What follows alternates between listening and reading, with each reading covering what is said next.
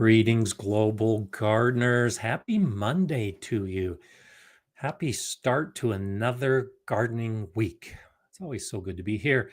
So good to see you all. Let's answer some of your questions today and let's talk about prioritizing the activities in your garden. And of course, the activities that are surrounding your garden. Let's start with a comment from Outlier Gardener saying, prioritizing watching this live over the chores in the garden this morning. I love that attitude. And that's exactly the kind of stuff I'm talking about. When you have things to do in your garden, what choices do you make on a monthly, weekly, daily, hourly process to be able to get the things done that need to be done or that you want to do? And so that was a long sentence filled with a lot of important information. The idea is basically breaking down your tasks into a time when that particular task should be done, and then prioritizing it into, does it need to be done, or is it just something you want to do? And as you start looking at the various tasks in your garden, you can recognize that there's some things we just get really stressed over. There's so much to do in the garden. But if you just take a step back and think about it, you can realize that you don't need to stress. It doesn't have to be done right now. In fact, you might be able to wait till a month later or an entire season later, depending on what the task is. Now, the prioritization comes to, how is it going to affect your garden, your plants, your own well-being, your strategies within the garden? There are a lot of these different factors that you need to figure out the importance levels as you prioritize. So, for example, we're gardeners. We like growing plants. The plants we're growing, we want to keep alive. So, keeping our plants alive is probably one of the most important priorities that we have. Many of you here in the US are experiencing incredible heat right now. I've just been going through this over the course of the last week. The days have been very hot and very windy. The soil dries out so quickly that I've got to water, usually twice a day, sometimes 3 times a day, because so many of my vegetable garden plants are still very small because I start late in my short season. If I am not watering multiple times a day, those young seedlings are probably going to die. I don't want them to die. So now watering, a simple task like watering, is just about the highest priority I have in my garden every day. There are lots of other things that I need to do, like weeding. My trip just set me so far behind with the plants popping up in the garden. I've been achieving a lot, pulling a lot of weeds, but there's still a lot more. I don't have to do that today. I can do it tomorrow. I don't have to do it at all. So watering may become a high priority. And even though weeding makes a difference, it's nowhere near the same priority level as just keeping the plants alive. Now, I've been getting a lot of volunteers digging up plants, moving them to different areas. And as I do that, particularly when I've visited some gardener friends and picked up some of their plants that need to go into the garden right away, I want to put them in an area that might have weeds. So now that priority of weeding, that for most of the garden really isn't that high. When it comes to putting a plant in the ground and there's already another plant in that space, weeding becomes a higher priority. And I did a lot of that last week, pulling out weeds in entire new bed areas so that I could put plants in the ground. So it's now balancing 2 priorities. A young volunteer that will die if I don't get it in the ground versus pulling the weeds to clear the ground so that I can put that plant in. No, weeding at that point is a higher priority because I have to prepare the space for the plant.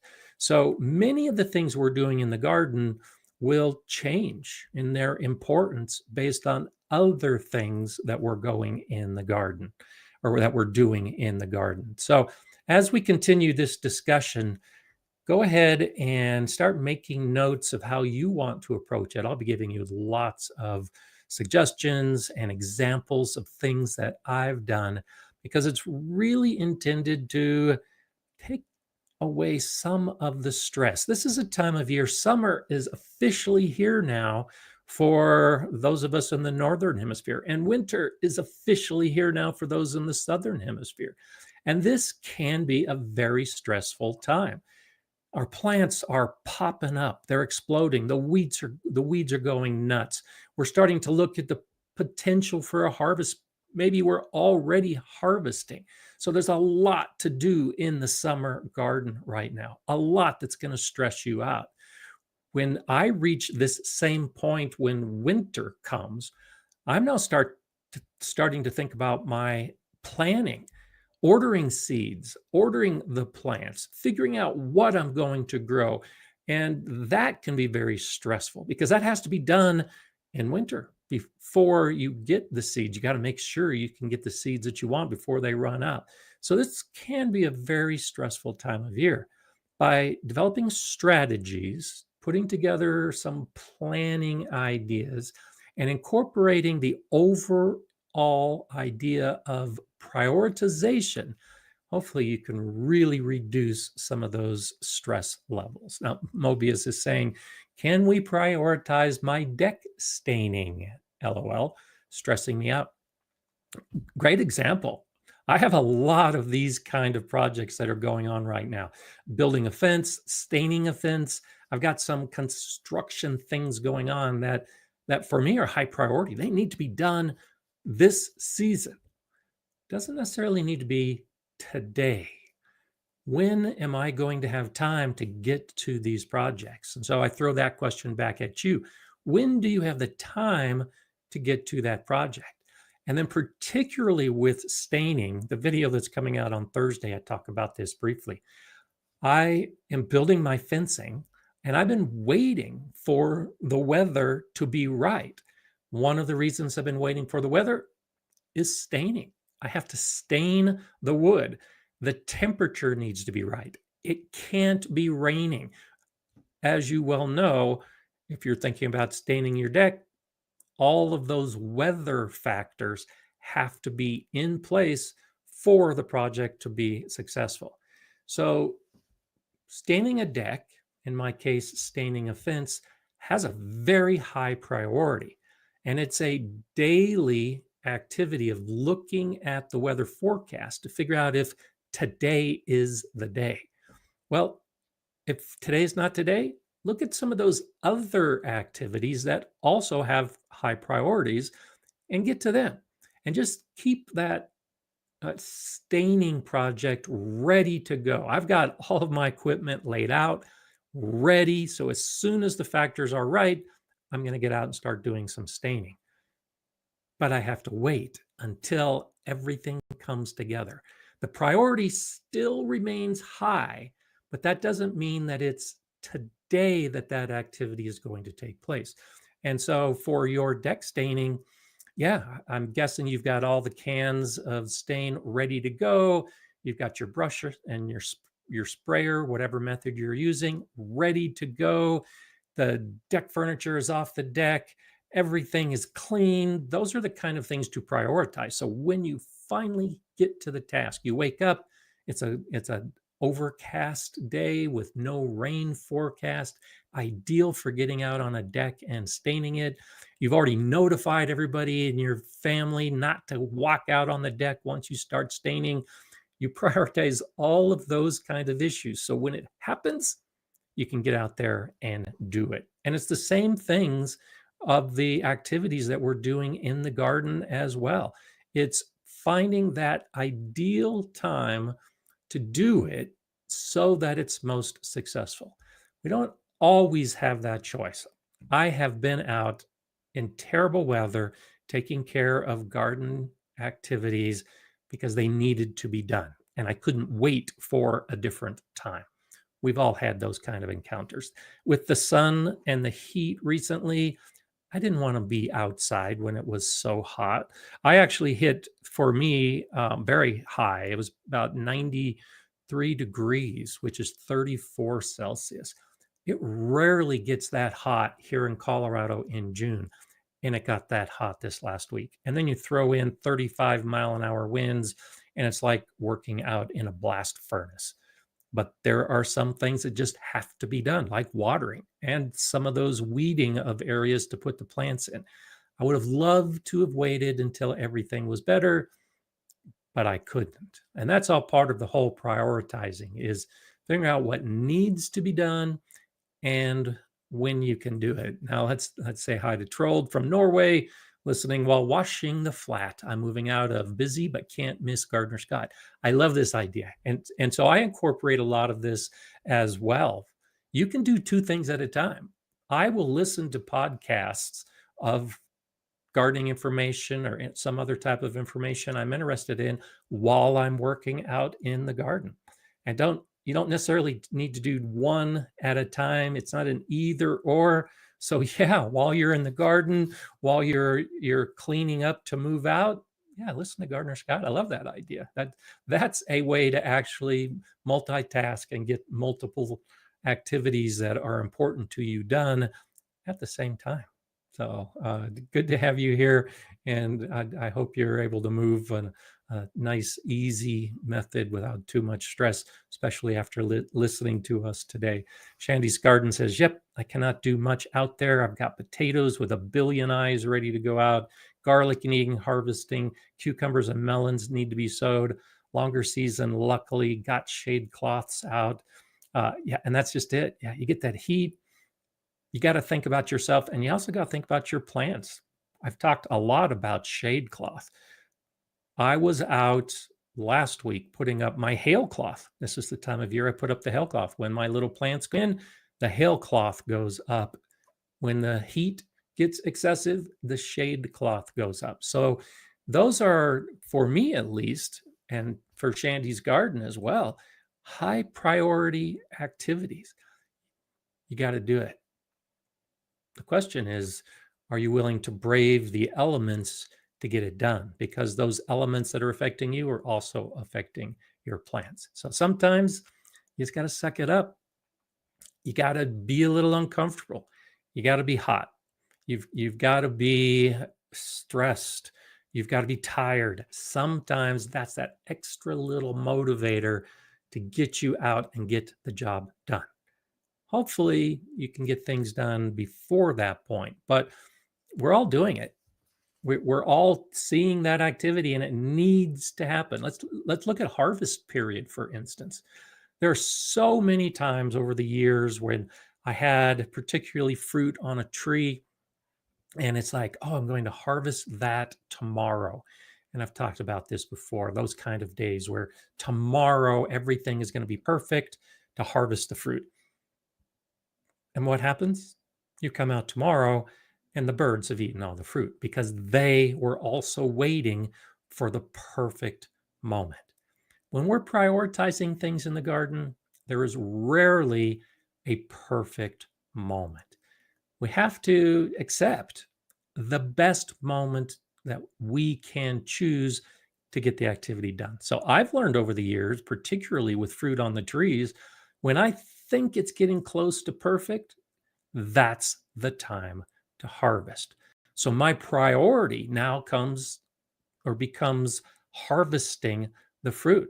It might have been something that I wasn't planning to do for a couple days, but I'm out there, I'm checking it, and I realize, no, if I don't do it today, I may lose the entire crop. So whatever other activities I was planning to do on that day, now take a back burner. Harvesting the fruit becomes the priority.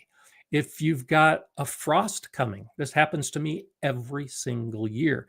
You're looking at the forecast, the frost warning is happening, and it's going to be tomorrow. All of a sudden, harvesting the last of those peppers, the last of those tomatoes, the eggplants, the squash, the melons. They have to be done. This last year, I thought about making a video. I should have probably done a video about it, but I was too busy harvesting. I actually didn't want to take the time to set up a camera and film it because I spent 2 or 3 hours harvesting everything because the frost was coming. My season was over.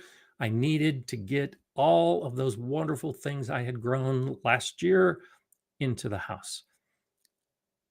Important activities like me, Gardener Scott, making a video. Those are high priorities in my week. Nah, wasn't as important as harvesting the fruit and taking it indoors. So we all are our own judges of our own best activities, but there are some things that immediately leap to the top of our list because of the priorities that we have in the garden. Why have a vegetable garden if you're not going to be harvesting all of your tomatoes? So harvesting the tomatoes should be a big priority. And what are other activities? So it's interesting. If you didn't follow any of Eli and Kate's videos that they did earlier this year, they were competing in some local flower shows.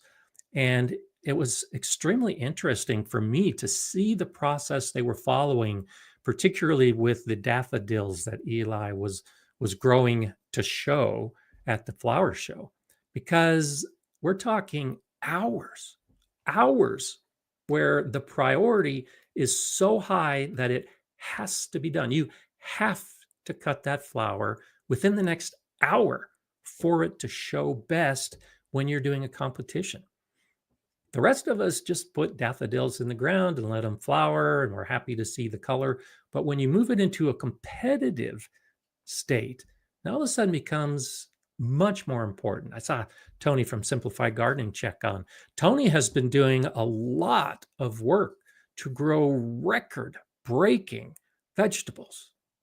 Well, there are some activities when you're trying to grow the huge rhubarb or whatever it happens to be, that if you don't take a particular activity and move it to the top of your list, you may miss out on everything you've been working for over an entire season. So beyond the normal gardening activities, what are you doing in your garden that may affect your priorities and how you're going to approach those tasks that you're going to do? When I'm making a particular dish for family or friends, if I'm entertaining, I'll plan that dish a few days in advance, and I like to harvest from my garden. That now becomes a priority. If I'm going to be making something, and this weekend I went to an event and I needed fresh chives, well, harvesting my own chives became a priority because I needed to finish off that dish.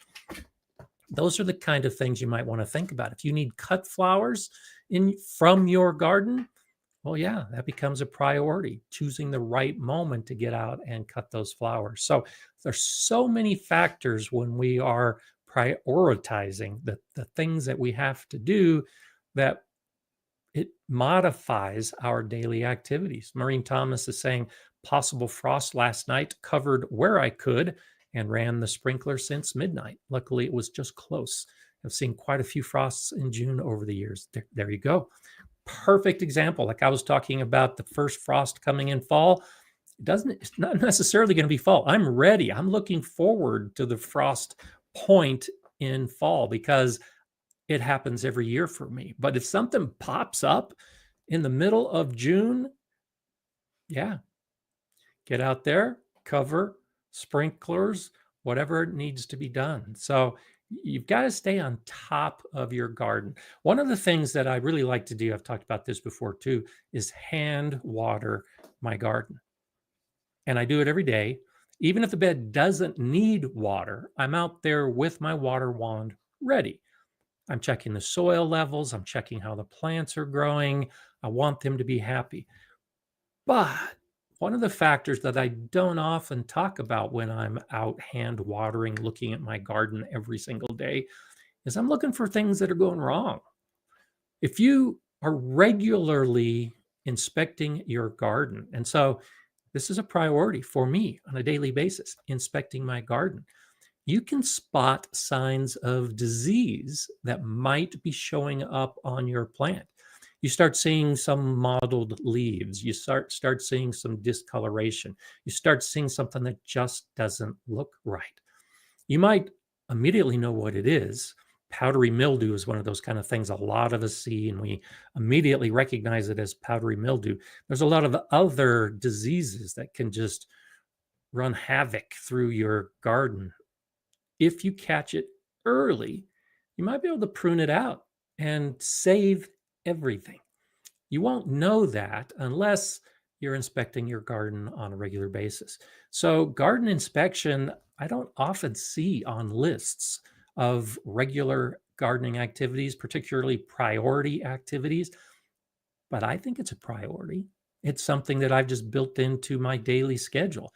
And my garden actually looks pretty good almost all the time because I catch problems early. If there's an insect pest that's trying to move into the garden, you can see it on that first day, maybe the second day, but you catch it, you stop it before it becomes a larger problem. So, a simple activity like just looking at your leaves may not seem like much, but because of the potential issues that could be created later on, I think it's a priority. I think it's one of those things that if you get in the habit of doing, then you don't have to deal with it later. If you reach the point where now disease is rampant and you're worried about it contaminating and infecting other plants, that's a completely different type of priority. You have to get out there and you have to act. You have to treat that disease. You have to prune that plant. That can be a lot of work, a lot of priority activities. But if you just took a few minutes, a few months before, maybe you never even have to get to that point.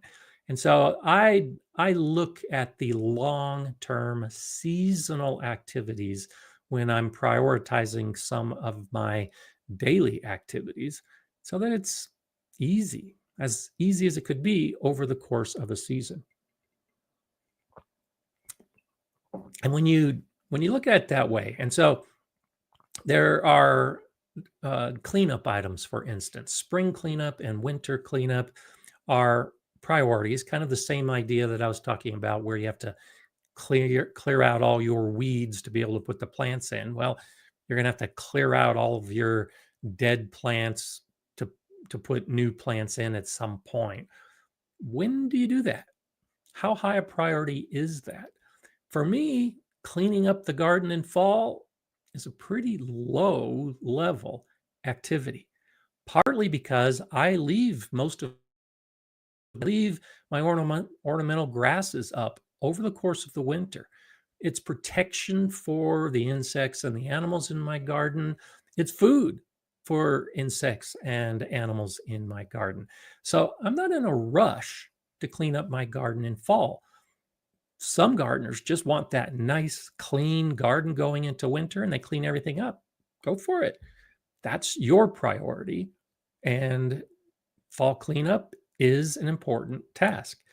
Because I didn't clean up in fall, now spring cleanup becomes a much higher priority because everything's got to be cleared to put the new garden in place. If you cleaned up in fall, you don't have that issue. Everything is all ready to go in spring. And so this is how we can balance out some of these activities, things that need to be done. You have to clean up your garden. You really do. But your choice of when you do it is completely relative to the size of your garden, to how much work you want to do during different seasons, to whether you like the look of a winter garden that wasn't cleaned up.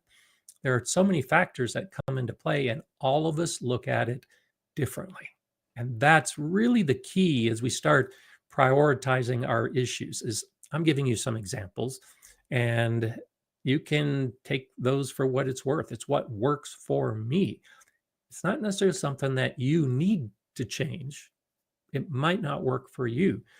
Find out what does work for you, and hopefully things will be easy, or at least easier, throughout your entire gardening season. That's kind of the approach that I like to work on. Shawnee Grows says, I'm heading to the offsite garden. It's a race to beat the rain. I will be prioritizing what needs to be done now.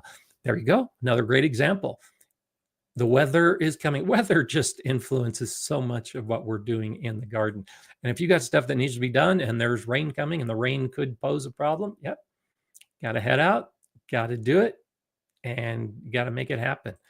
Bud is saying, I've missed a few of your lives because Monday mornings have prioritized watering, but rain yesterday gives me a break. There you go. I love it. Another great example. Watering in the morning in particular is a priority. It is for me because I need to make sure my plants have that good start going into a hot day. But if you don't need to water, I like being number 2 on your list of morning activities on a Monday. So thanks, Bud. I'm glad that you can be with us today. It's the kind of thing that all of you, I do appreciate so much that you prioritize our time together. Uh, it serves as no surprise to you, of course, that this time on Monday mornings is a very high priority for me. That's why I'm always here. Can you imagine how all of us would feel if I woke up and just thought, I don't know if I want to do the live stream today. And then, of course, the time comes, it's like, nah, I'm not going to do it. I should probably tell everybody I'm not going to do it, but I'm just not in the mood.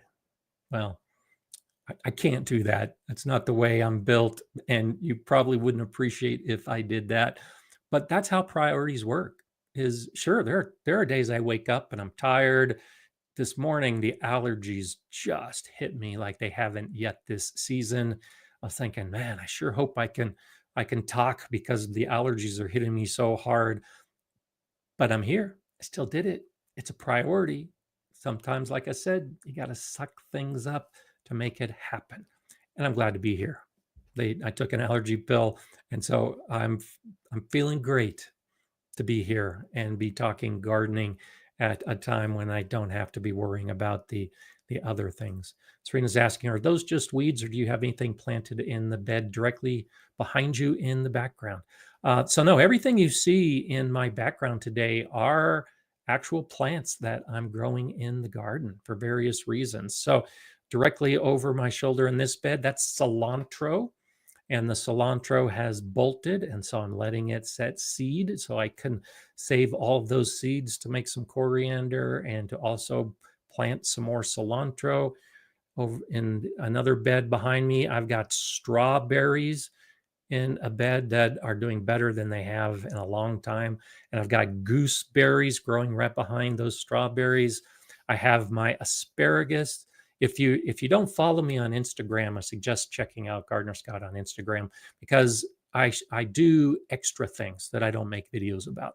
So this week on Instagram, I posted a reel where I measured the height of my asparagus. And my asparagus is 8.5 feet high, almost 3 meters high. And so some of those, what might look like tall weeds to many people, are my asparagus plants. And I let the asparagus plants grow so that they suck up all that wonderful energy from the sun to put into the roots to grow the plants and give me a good harvest next year. And in new beds, I have young seedlings that are growing.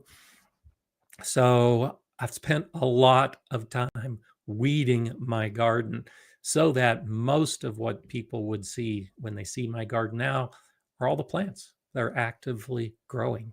And so that was a priority for me. I wanted my garden to look good because it's finally growing. You know, I only have about a 5-month period of the year where everything is growing and green. And so I like to take advantage of that by getting rid of the ugly plants, the weeds that don't need to be there, to really showcase the plants that I want to be there. And so the prioritization of weeding moves high on the list. I'm not a big fan of weeding. It's not something that I really want to do. It's just one of those activities that needs to be done. And that's really, like I talked about at the beginning. That's the best way that I use to determine what I'm going to do. Is it a necessity or is it a desire? There's so much that I want to do, but I can't do it all. There's just too many tasks. So I break it down on a daily basis, sometimes even hourly if I'm only going to be outside for an hour or two. And I ask myself that question every day. What needs to be done and what do I have time for to accomplish what I want to do? And if I've got 2 hours to devote to the garden today, and what needs to be done is the watering, and the watering takes 30 minutes, I now have 90 minutes to take care of what I want to do. And that's how I get so many of these big projects done. I may only work an hour or two a day, and it's not every day that I'm doing this.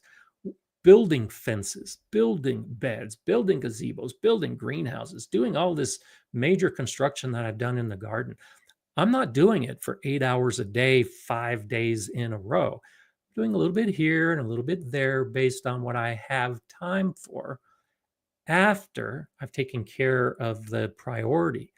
If it's a priority level, when I water my entire garden to include the trees and the fruit bushes, and I do that once or twice a week, that that's an hour. And when the plants start growing bigger and they start reaching the fruiting phase, it can be 90 minutes. And when I start adding even more plants in my pots and containers, now all of a sudden, yes, it can take me 2 hours to hand water everything in my front and back. Well, if I've only got 2 hours that day to devote to my gardening because it's just going to be too hot and uncomfortable to be outside, all 2 hours are now devoted to the requirement, to watering the plants. And I don't do any of those fun activities. I don't get to do the projects on that day. But the next day, because everything has been watered, now I can devote time to some of those other desired activities. So that's how I break it up is just starting with just one thing a day. I just want to accomplish one thing a day.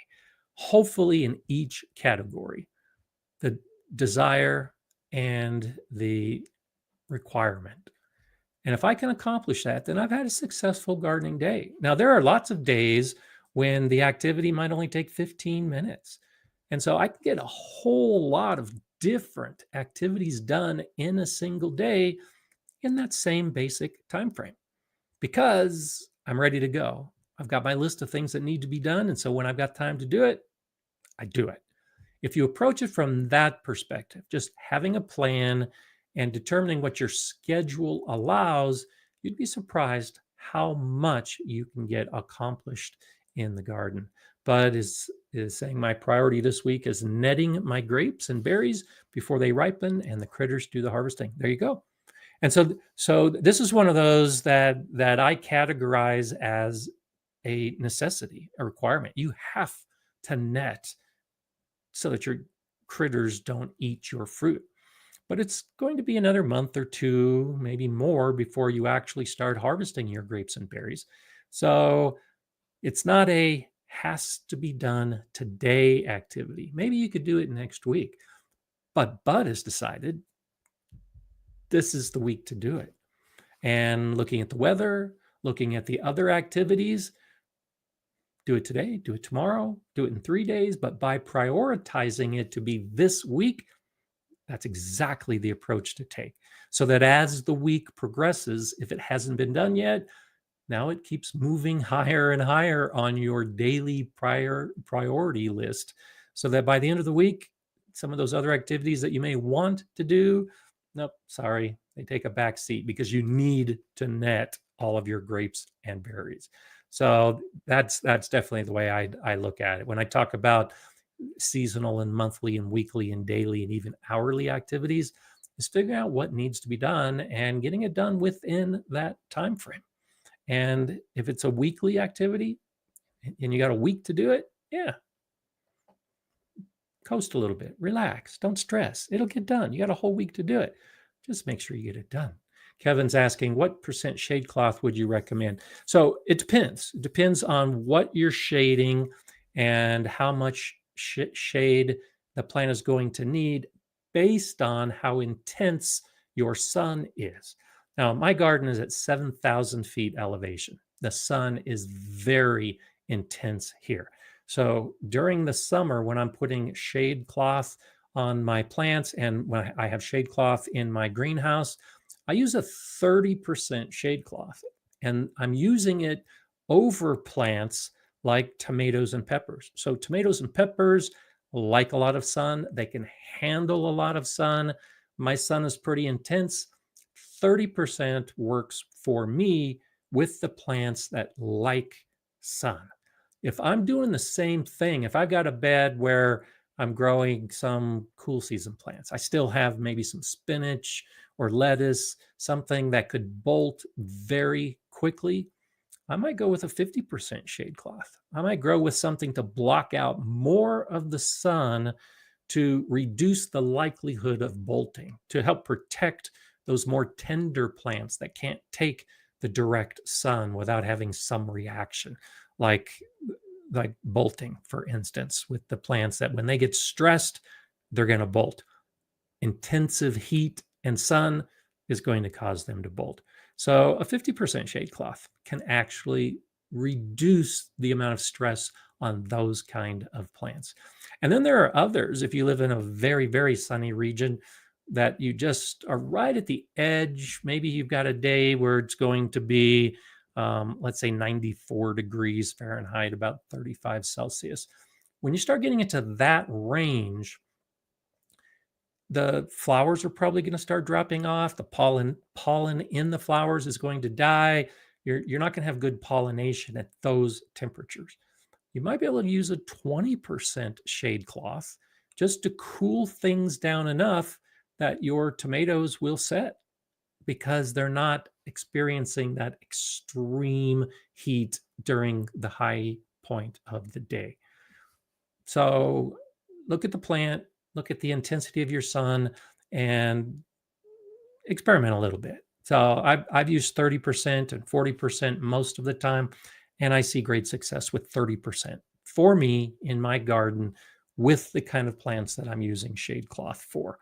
And I think a lot of gardeners will use 30 or 40% because that tends to be one that blocks out enough sun so that the plant isn't too stressed, but still allows enough of the summer sun through to keep the plant growing and to keep all those flowers and fruit set. Big Will Dog is saying, at this point in the season, my self-watering tote beds shine for my plants. I've got onions, green beans, peppers, watermelon, cantaloupe, and only fill water 3 times a week max. Great idea. I said I like hand watering because I like inspecting the plants on a daily basis. But absolutely, setting up a more scheduled approach to watering in particular actually frees up time to do other things. And so when you have something like a self-watering bed or self-watering containers, that can free up a lot of time. And then you figure out how much water the plants are using, and you might only have to water twice a week. Only fill up those containers twice a week.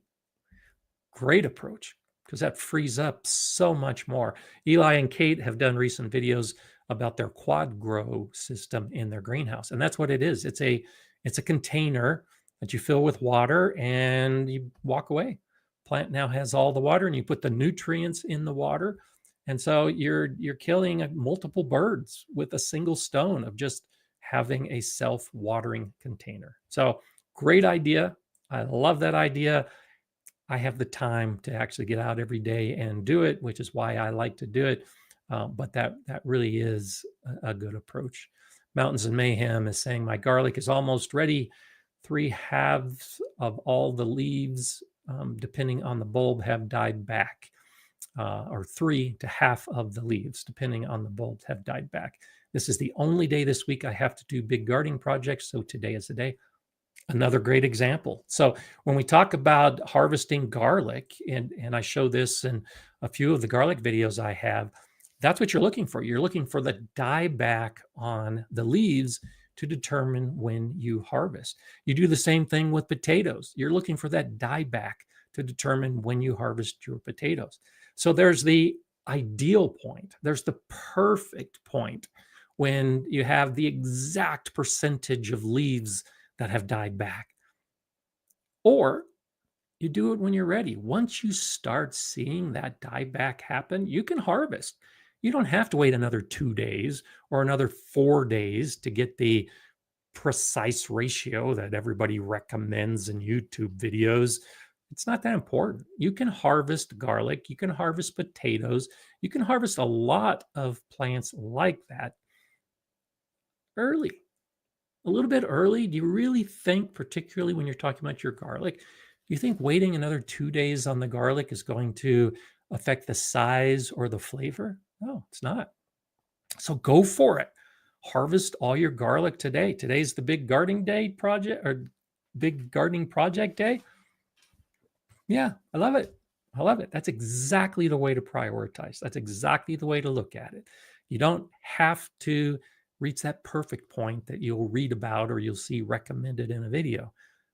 When you're close and you've got the time, move it up on your priority list and make it happen. I love it. Yeah, my garlic is getting close. I haven't seen the dieback of the leaves yet. You know, my season is so much later than most of your seasons. So my garlic is just beautiful right now. And I'm looking for that. I'm looking for the leaves to start browning, yellowing, and then browning. I'm not there yet. So I'm probably 2 weeks away. But if some big event was going to happen, if something were really going to impact the time I have in my garden to harvest the garlic, I could do it now.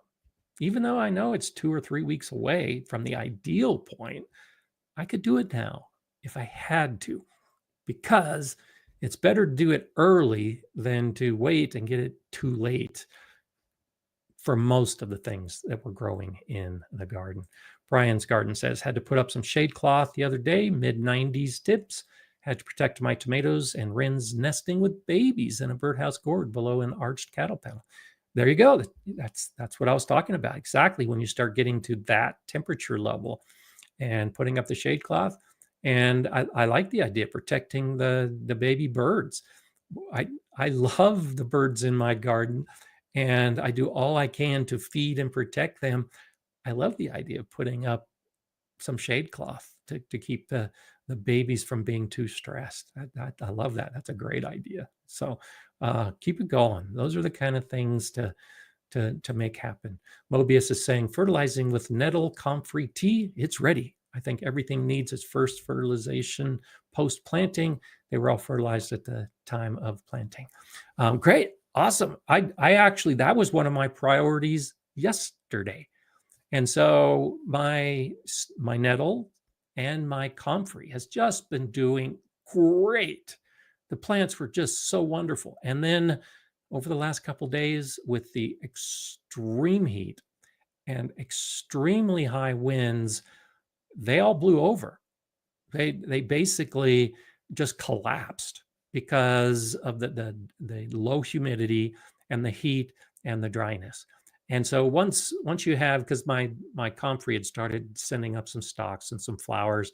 I love seeing the comfrey flowers because I don't have a lot of flowers in my garden at this time of year, so the bees are on my comfrey. Well, once those plants collapsed, it was time to cut them and put them into buckets. I did 3 buckets yesterday of a nettle and comfrey tea. And the same thing with my comfrey. I didn't harvest all of it to use in a tea, and it was starting to flower and set seed. Time to cut it all back. So that was a high priority for me yesterday, was cutting my comfrey and cutting my nettles and putting them into buckets to make my own liquid fertilizer. So I'm with you, Mobius. I think that's a great activity. I'm still a ways away from it being ready to actually pour on the soil. But those are the kind of things I'm talking about. If you are doing something like that and you're using another plant and that other plant is ready, go ahead and do it.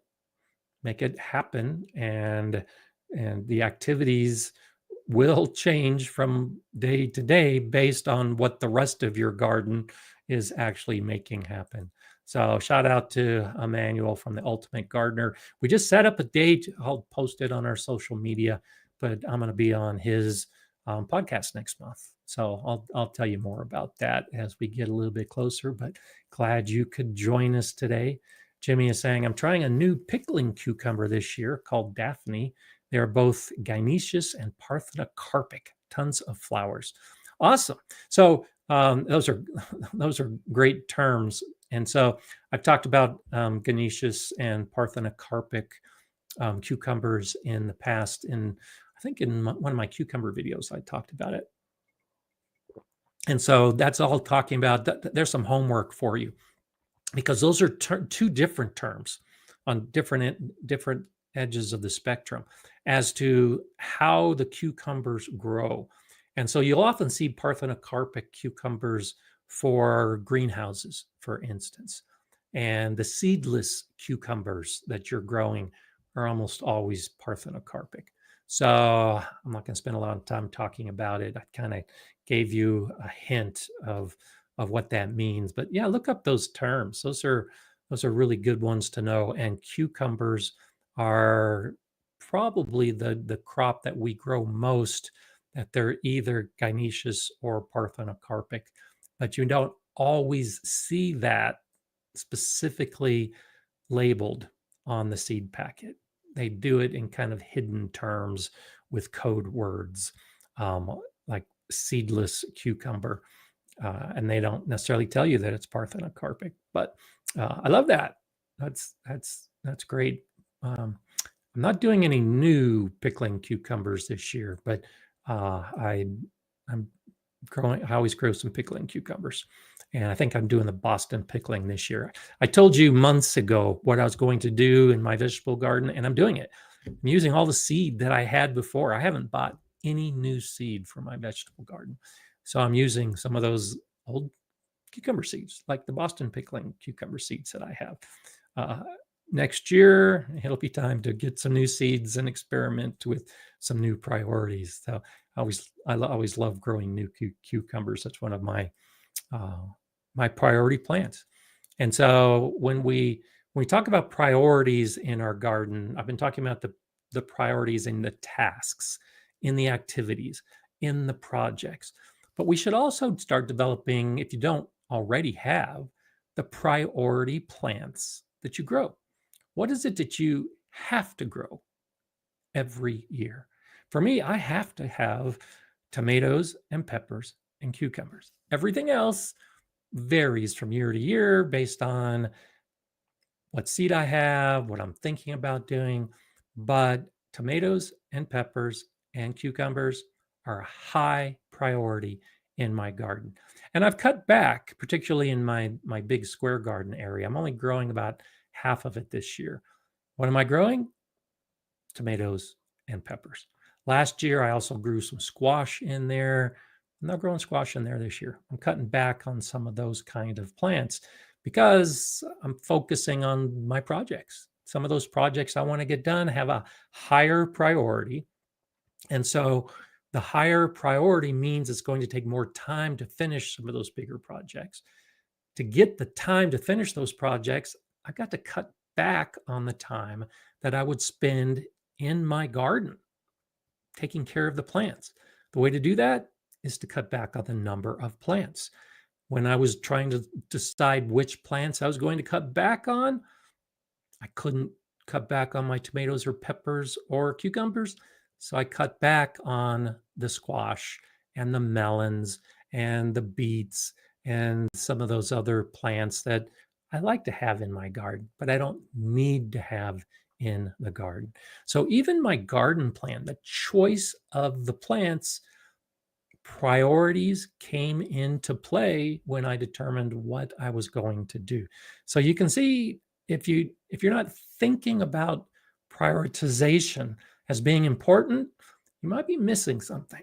You may need to start looking a little closer at how you garden and some of the things that you want versus what you need, and of course bring the timing factor into it. What do you have time for? Not just today, but over the course of the entire season. So I had to develop an entire season plan based on what I was hoping to do over the course of months. And something as simple as not growing squash, or at least as much squash, fit into the plan for how I was going to finish building my walled garden area. Am I stressed? No, because I took the time ahead of the calendar time to make sure that it was all going to fit. Am I following the plan as I had intended? No. I didn't expect that this last week was going to be so hot and windy and that I didn't want to work outside. I didn't expect that we were actually going to have rain a couple of weeks ago and that I couldn't build and stain the wood. But you can still have that long-term plan to try to keep up with some of the things that you need. Brian's Garden says, I left everything in the ground last fall, have a bunch of browns ready for compost. There you go. That's what I did with my weeds. And that was one reason why I focused a lot on weeding. I had done that too. I had a lot of browns left from the plants that were in the ground over the course of the winter and early spring. And I needed to fill up an entire bin for compost. What better to do than use all that bunch of browns you have and then do your weeding and incorporate all those young, fresh weed plants with all of your brown dead plants? You now have an ideal compost pile ready to decompose. So you can see how some of these things will play side by side. They play well together. If you take two different tasks, and now all of a sudden you can accomplish a third task that you were trying to figure out how it was going to fit in. So cut down all the browns, pull all your weeds, throw them all together. And now that compost pile you were trying to figure out how you were going to start, it's already been taken care of. I love it when a plan like that comes together, when it becomes synergistic. You can take two things and then suddenly realize that that third thing is going to be the result and really the benefit of two tasks that may not have been quite as enjoyable, but that you're glad to have done. Jason says, yep, I like my veggie garden looking clean going into the winter, but I leave my rain garden alone till spring before I clean up. That sounds like a great plan to me, focusing on the priorities of different times of year. Great idea. Our hen house says my fall cleanup looks different now as I leave hollow stems for pollinators to survive the winter. Yeah, that's when I say I leave my plants up over the winter, that's exactly what I'm talking about. So good for you. I love keeping what some people might think of as a mess going into the spring, but it's protecting my pollinators. And that's why I talk about my ornamental grasses in particular. A lot of the predatory insects will overwinter in grasses, and they'll overwinter in some leaf piles or brush piles. Same thing. I leave a lot of the plants up, not only for the pollinators, but for the other beneficial insects as well, which is one reason why, as I go through my daily tasks looking for any pest infestations, I'm not seeing them because I've got the predatory insects that are happy because they survived the winter and they're in my garden. And I'm okay with that. I'm okay with the garden looking a little overgrown and brown in the winter because it allows us to support some of those things, like those predatory wasps and those pollinators and all those other things that we want to keep happening. Tony says, had a rough week at work with a couple code blues. So for those of you that don't know, Tony is a firefighter in Wales. and hopefully you'll have a much better week. But the reason I wanted to highlight this is that Tony and his family lost their dog this week. And so all of our sympathies go out to you, Tony. I had the pleasure of meeting her and petting her and having her follow me around when I visited Tony last month. And so it always affects me when we lose our special friends. So all of our best wishes go out to you, Tony, and hope you and your family are doing well, because that is a troubling time. And those of us who have our animals, particularly our garden animals, it's just so hard when we lose them, and it happens. So you're in my thoughts, mate, and I'm wishing you and your family the best as we move forward. So it's one of those things when it comes to our garden, when it comes to our pets, when it comes to our families. You have to enjoy every day you have and make the best of every day. And if you do that, then you'll have so many wonderful memories to fall back on, and actually be able to enjoy those memories. Even though it's a hard time, being able to have those memories, I think, can really make a big difference. I know I do with all of my garden friends that are still with me, and they may not have been around for a number of years, but when I walk through my garden, I can still see them. I can still bring up some of those memories of where they were and what they were doing. So press forward and keep doing what you can to love those around you.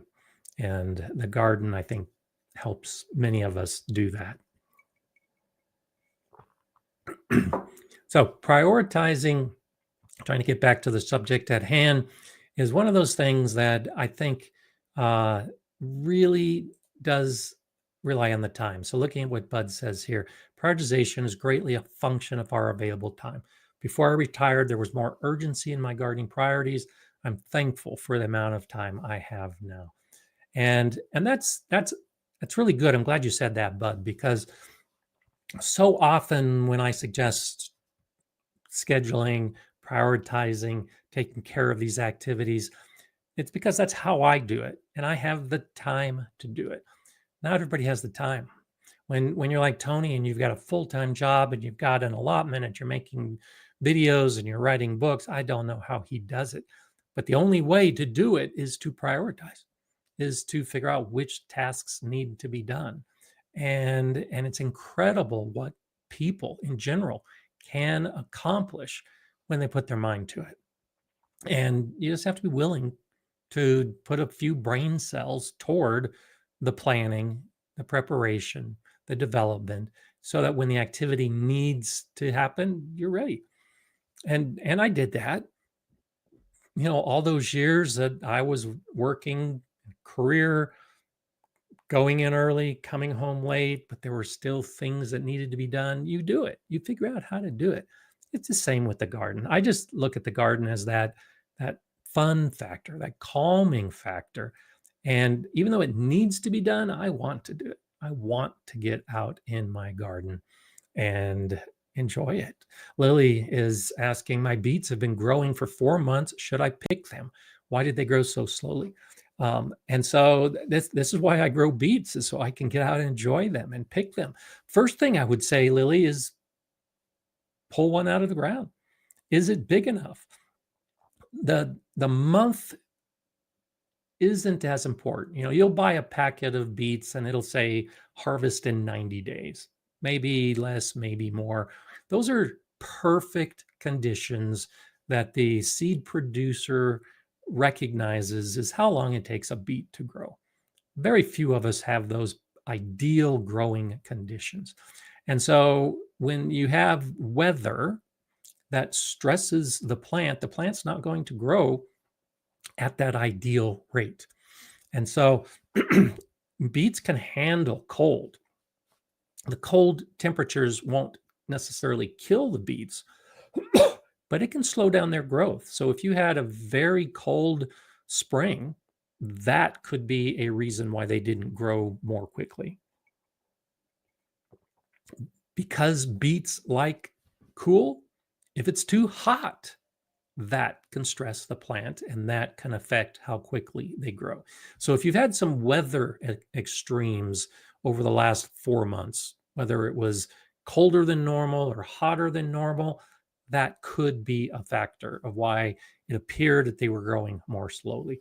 And then also the sunlight.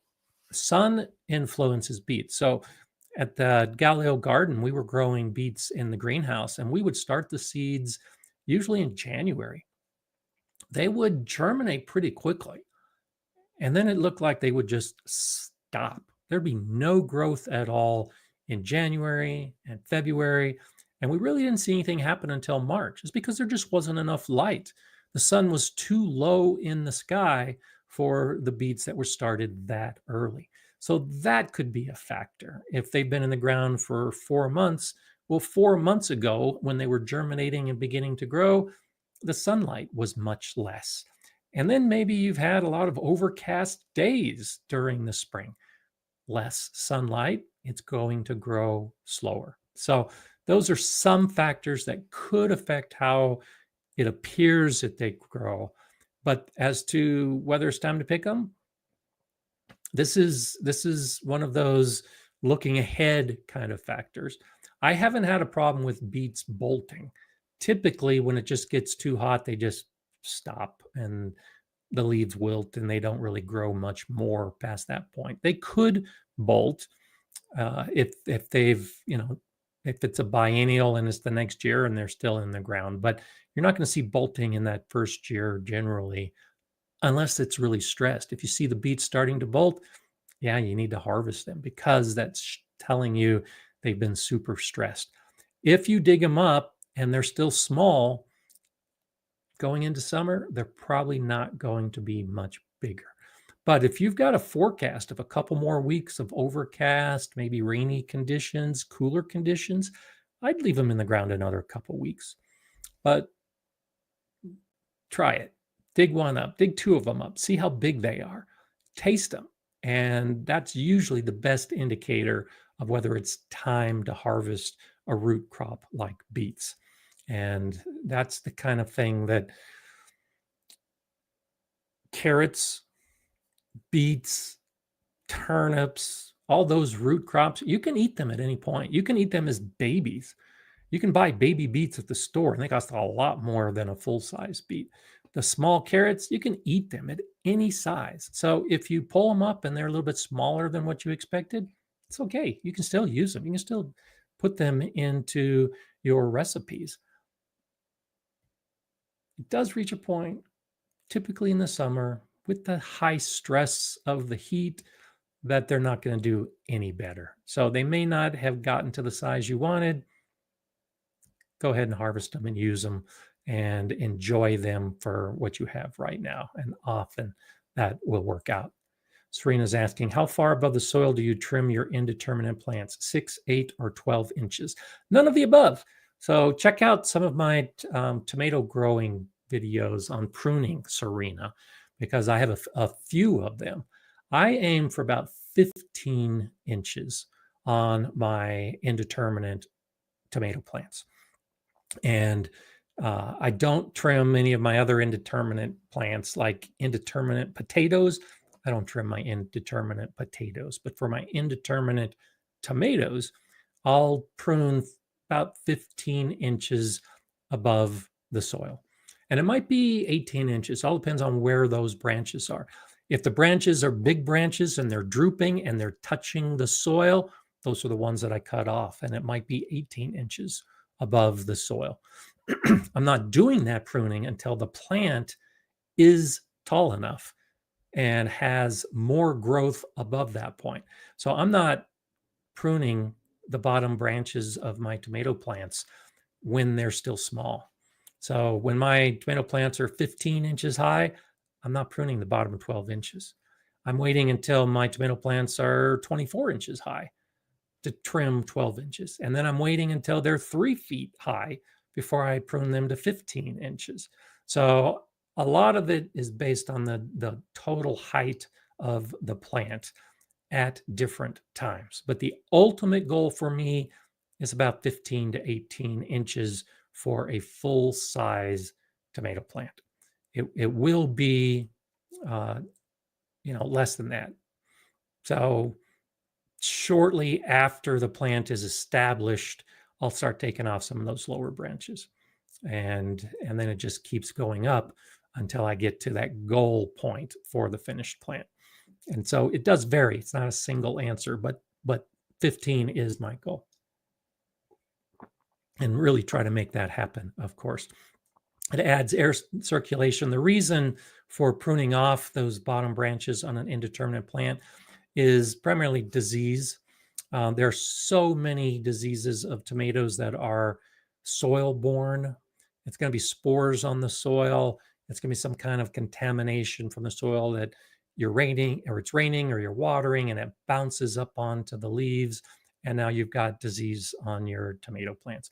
But if those bottom branches aren't there for the bouncing spores, then you're not going to have the disease. So that's a primary reason.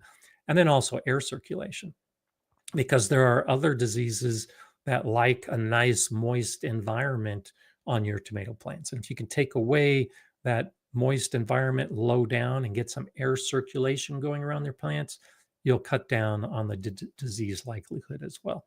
It's a minor concern for some pests that might crawl up leaves that are dangling on the soil. I don't have those kind of issues, but some people do. That's another reason. Just you don't give a pathway onto your tomato plant when you trim off those lower branches of an indeterminate tomato. So that's really the approach to take. Scotty D3369 is asking, you have to check your plants at night for caterpillars. They love my red potato plants. So I don't have much of a caterpillar problem. And by going out during the morning, if I see caterpillar damage, I'll inspect the leaves to see if it's a problem, to see if I can find the eggs, to see if I can find the caterpillars. And most of the time it takes care of itself. I have enough predatory wasps and enough birds in my garden that they do a pretty good job of eating my caterpillars. But if it's a concern, particularly if I suspect that I've got the tomato hornworm or the tobacco hornworm and it's devouring my tomatoes, this is actually a good suggestion. You go out at night with a black light, flashlight ideally, and you'll be able to see those caterpillars that you can't see during the day. And so checking the plants at night, whether it be on potatoes, tomatoes, whatever you see the damage on, you might be able to see the caterpillars that you wouldn't see during the day.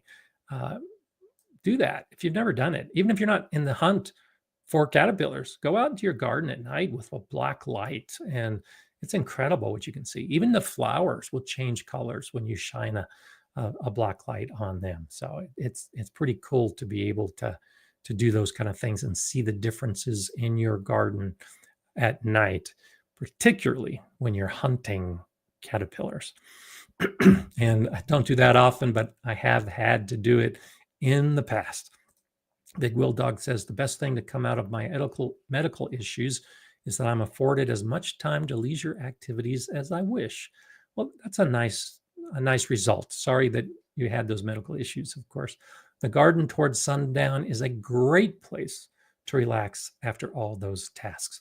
So absolutely. And that's one of the things I talk about in my video coming up this week, that some of the activities like my gazebo, it took me so long to plan the gazebo, to build the gazebo, and then to put all of the concrete pavers in the gazebo, and then to get the furniture to put underneath the gazebo. That was a major task. It was a high priority.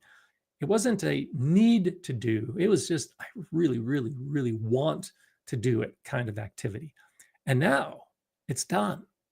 And I can do exactly what you're talking about. I can work all day. I can work in the afternoon.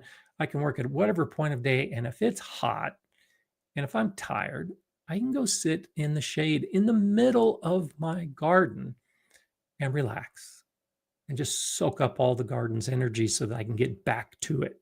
so I can get more stuff done if there's more stuff that needs to be done.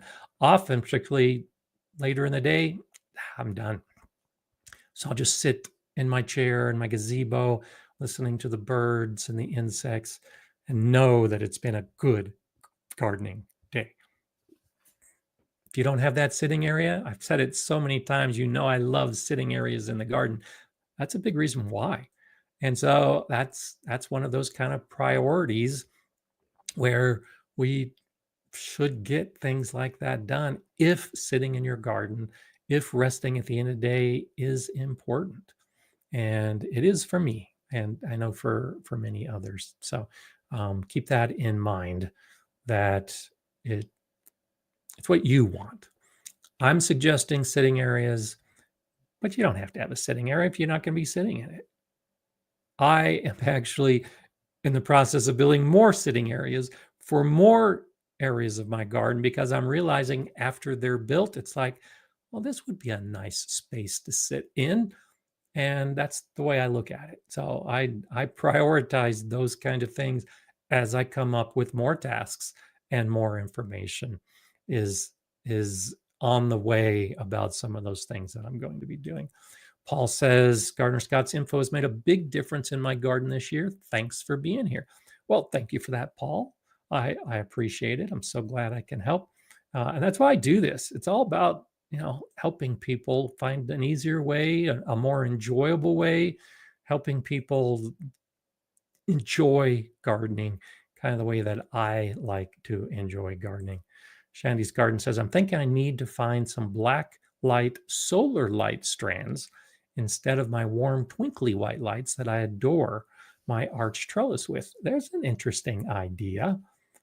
Yeah, add black lights to your garden. I've talked about this in the past, where you actually create a nighttime garden. And part of that is with lights and with some of the flowers that you grow. And yeah, changing the different lights, I could really give you a whole new perspective when you're looking at your nighttime garden. So that's an awesome idea. I may have to start looking into that. Food Forest Permaculture says, greetings to Gardener Scott and fellow Earthlings. Nice to have a sitting area for socials. I'm working on my bigger patio area. I have the stones in place. I don't have them set yet, but that's exactly how I look at it as well. It's not in the garden. It's kind of part of the garden, just to the side. But I also look at social situations as I'm designing my garden, as I'm preparing the garden areas, and as I'm prioritizing my tasks. And I might not have a social event set for well into the future, but if it's an activity that I can take care of now, so that when that social event happens, I'm ready to go, and it's less work and less stress at that time, absolutely. That's one of those kind of things to take care of when you have the time. Move it up your priority list. MKP is asking, what is causing my tomato plant leaves to curl up? We had massive rain last week, but it was happening before all the rain, not happening to my other vegetable plants. So there's a lot of things that can cause tomato leaf curl. Underwatering and overwatering can cause your leaves to curl. Stress from the environment is a primary cause. So you may have had a lot of rain. The plant was very happy. If in the week since it's been dry and windy, you can have leaf curl. I see that on my plants a lot because I have so much dry wind. It will happen on a plant like a tomato, and it won't happen on a chili pepper plant, for instance. So the tomato leaves tend to be a little more affected by the environmental factors. And then at the other end of the spectrum, there's actually a disease, tomato leaf curl disease. And so do a search of that to see if maybe you're seeing some of the symptoms that disease shows. And I have had that in my garden. Often that is a later season kind of disease. And so depending on when your tomatoes went in and how long your season is, chances are it's just environmental. But do look up the leaf curl disease just to make sure you rule that out. And then start noticing what's happening with the heat and the wind. And adding shade cloth could be one of those things to reduce the leaf curl on your tomatoes. The hail cloth that I have over my tomatoes is about a 5% shade cloth, I think. Just that little bit. It's not shade cloth, it's hail cloth, but it does block some of the sun. And that little bit often makes the difference. So I'll see tomato plants outside that area where the leaves are curled because of my dry winds. And underneath that shaded area, they're doing just fine. So try to look for those kind of differences to see if you can narrow it down to what might be causing it. But it's usually because of the leaves or the plant are just getting too dry with either underwatering or environmental issues. That's most likely the reason that's happening. And hopefully it's not the disease. And even if it is the disease, it's not terrible. John's wondering if black light in the garden would help it draw beneficial insects at night. So I'm not aware of any insects that would be drawn to the garden. So when we start talking about the different light frequencies, and we start talking about like ultraviolet light, we start talking about black light.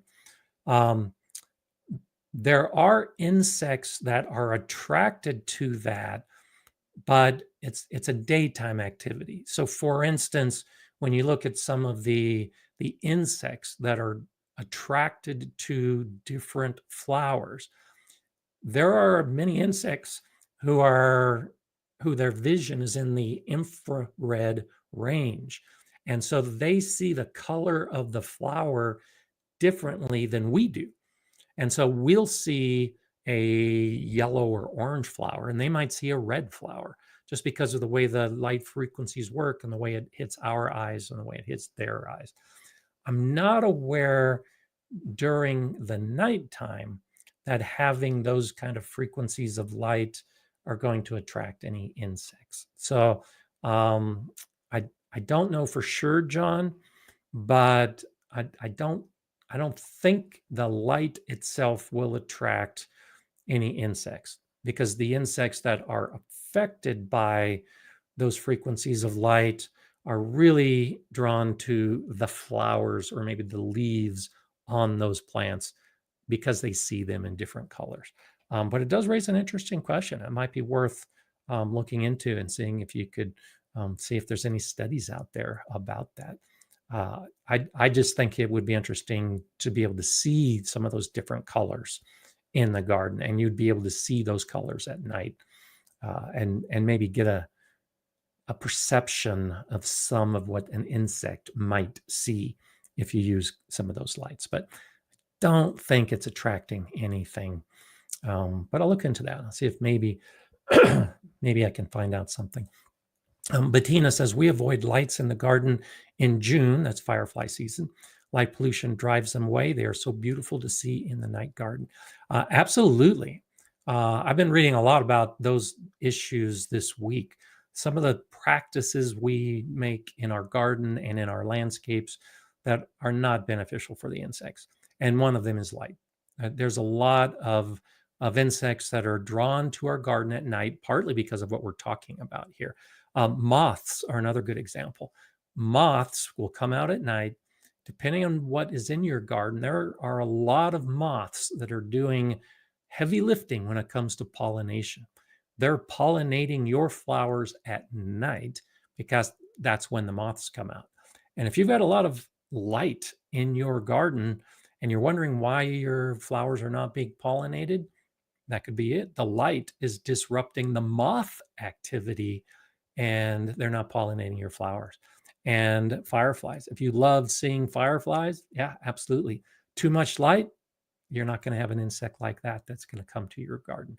So I like light in the garden when I'm in the garden, but absolutely try to avoid disrupting the nature that relies on a subtle light of dusk and at night and at dawn, and don't disrupt it, because it is beautiful. We don't have fireflies here in my part of Colorado. I would love to sit in the garden and just have the fireflies flitting all over. I would love to see that. And disrupting it when you have that opportunity, you're missing out on something. Absolutely, you're missing out on something. So, good suggestion. Good suggestion. Thank you for that. Try not to have a bad influence on our insect friends if we can avoid it. So, thank you, Jay. Jay is just such a wonderful coordinator, moderator, helper, encourager, and so many things on our channel. I appreciate you so much, Jay. So, yeah, there's the link to my book, Gardener Scott's Guide to Raised Bed Gardening. If you don't have it, get it. If you have it and you're thinking about getting it for someone else, yeah, get it for someone else.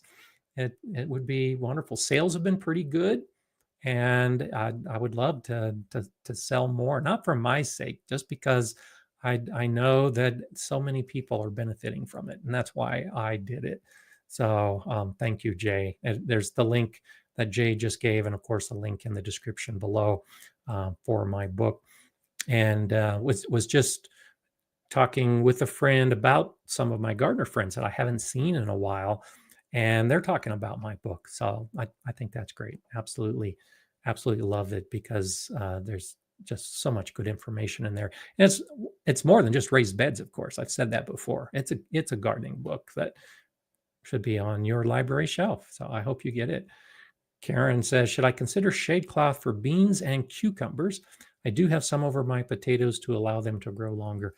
Yes, consider it. Yeah, North Texas can get very hot, very dry, very windy, and shade cloth can make a difference. Maybe not so much on the beans. Beans are pretty tough and durable, but I've noticed differences on my cucumbers. The cucumber leaves will wilt when they get dry and when the dry wind blows through, and they don't recover. And so a little bit of shade cloth on the cucumbers definitely has made a difference in my garden.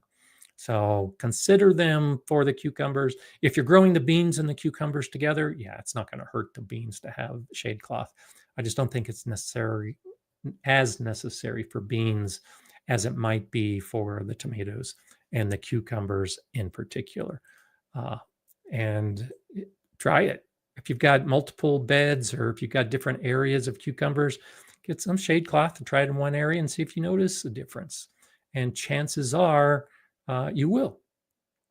And when you notice a difference, now you have discovered a way to maybe modify how you approach some of your gardening.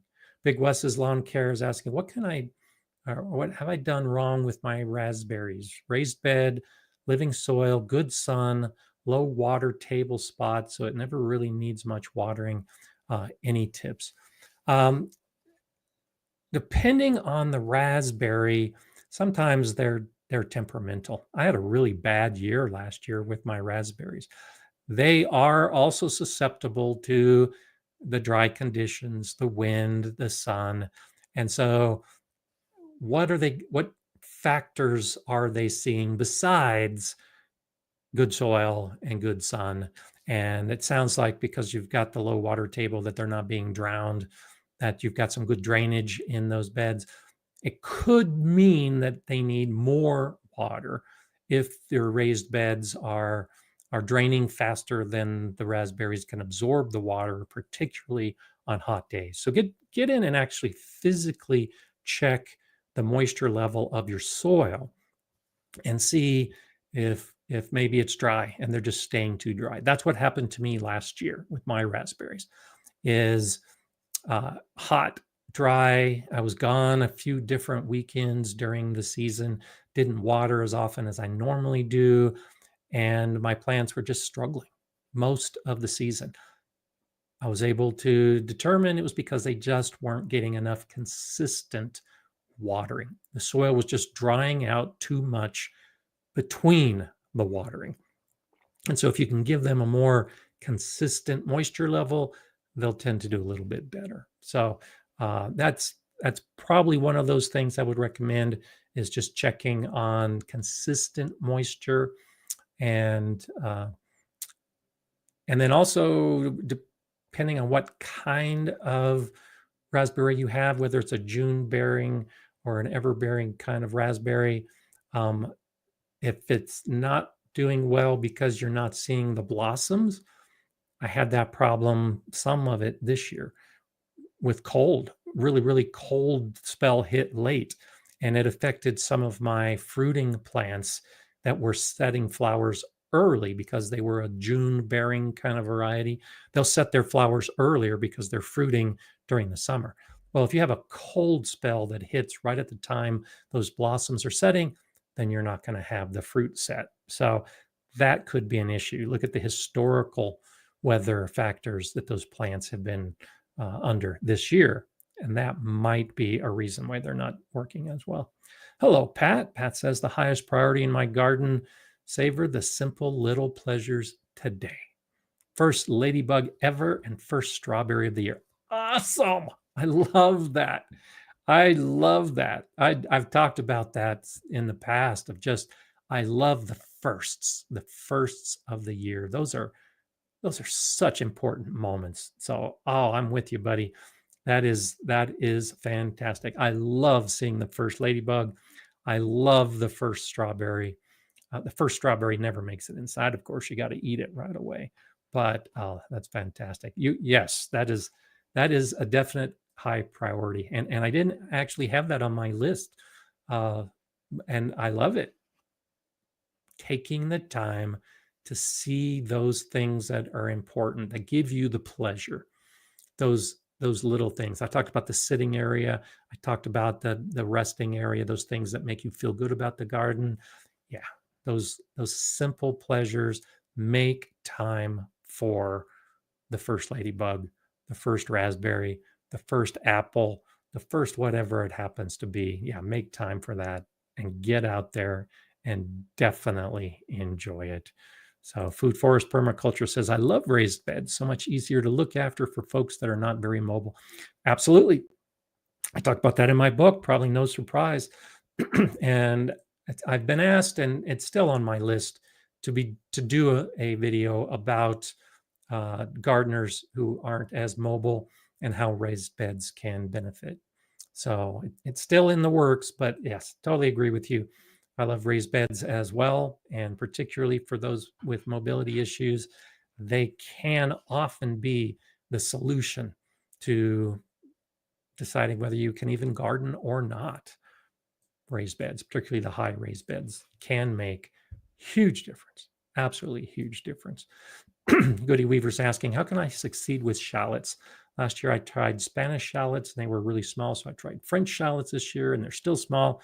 How can I get decent sized shallots? It might be where you live. I have such a hard time here in Colorado getting shallots.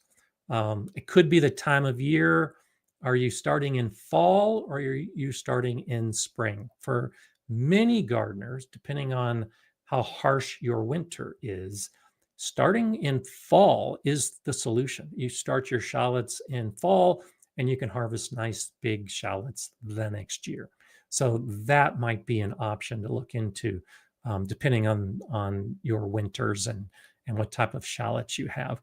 But just a good draining soil, consistent moisture, a nice sunny spot, and then hopefully that long enough season, because they're so slow to grow, so slow to develop, and then maybe waiting longer to harvest than you normally would, because it may take longer in your area. That's the issue I have, is it just takes too long in my area to really grow before I'm putting my garden to bed.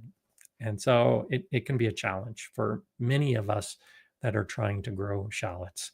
But keep trying and try some different things, but start with your soil moisture consistency, and then consider when you planted and what kind of weather stressors there are, because they don't like those hot, windy conditions, and maybe a little bit of shade cloth could also be something that can help your shallots develop a little bit better. So So many good things. I hope I gave you some ideas today of how you can modify your priorities or maybe focus on the priorities you already have when deciding what you're going to do in the garden, what you're going to plant in the garden, how you're going to enjoy your garden, all of those different things. I've been outside every day and just loving it. My biggest issue and why I wanted to talk about this today is I just got so much to do. I can't get it all done when I want to get it done. And that's where prioritization comes in. Get done what you can get done when it needs to get done. And then don't be stressed over it because it's going to happen. And if it doesn't happen, well, you got next year to make it happen. That's the nice thing about gardening is it just keeps going and keeps going. And there's always another year. And there's another week. I'll be back next week. We'll talk about another gardening topic. We can share some of our gardening ideas. I appreciate all of your questions, all your inputs. Such a great community. I hope you just have a wonderful gardening week. And of course, enjoy gardening. I'll see you next week.